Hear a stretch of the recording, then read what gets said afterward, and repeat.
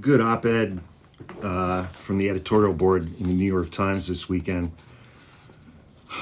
published March 15th, called "The Authoritarian Endgame on Higher Education."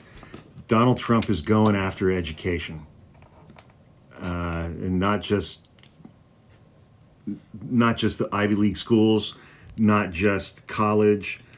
I mean, they're eliminating the Department of Education, and every authoritarian, when they're getting started out, there's a strong anti-intellectualism thing going on. They have to muzzle the smart people in their country, and Donald Trump is trying to do that, and he's already got quite a head start, because it's very clear at this point that the 77 million people who voted for him in the 2024 election are complete morons, and they're the most gullible people we've ever seen anywhere. And so it's like he's trying to set out to destroy or undermine independent sources of education or independent sources of information, delegitimizing judges, sidelining autonomous government agencies like the health agencies. He's trying to muzzle the media. Vladimir Putin has done this for 25 years. Viktor Orban in Hungary has done it. Narendra Modi of India and President Erdogan of Turkey have done it. And we saw it, all the way back in Cambodia with Pol Pot many years ago. The weakening of higher education tends to be an important part of this strategy. Academic researchers are supposed to pursue the truth, and budding autocrats recognize that empirical truth can present a threat to their authority. Wars are won by teachers, said Vladimir Putin. Yeah. He and Mr. Erdogan have closed universities, arrested dissident scholars, appointed loyalists and loyal foundations to run universities. And Trump hasn't gone as far as them yet, but he's only been in office for 7 weeks in his second term, and he was too stupid and incompetent to try any of these things during his first term. He didn't know what he was doing, and he was surrounded by people who wouldn't let him do stuff like this. But he's trying now.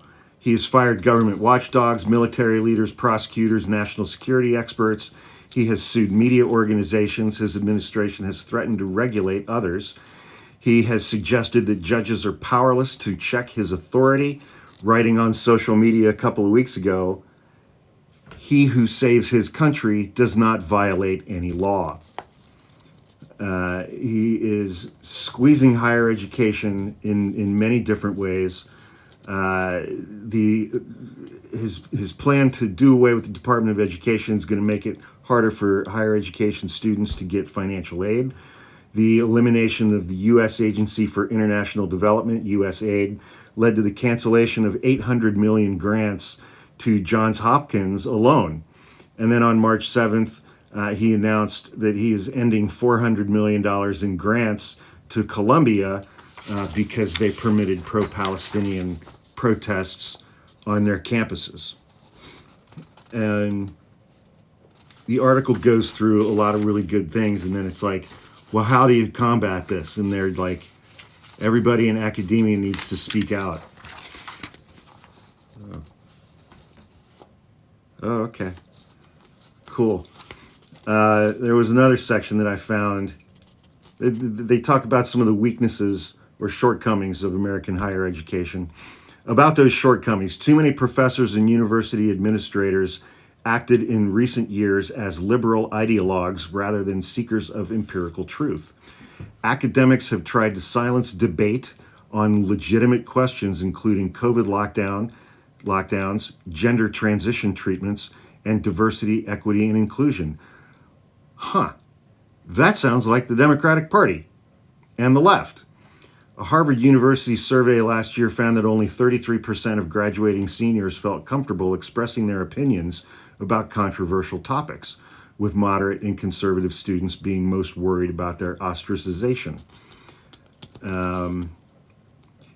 Yeah, there's some other really good commentary in this article as well. They close it with university presidents seem to be hoping that if they keep their head down, the threat will pass, or at least pass by their campus. They are unlikely to be so fortunate. Trump's just getting started on his attacks on higher education and colleges in the United States. Because he can't have all them smart people running around telling the truth about the shit he's doing. And so this is all going to get dramatically worse. Have a great week.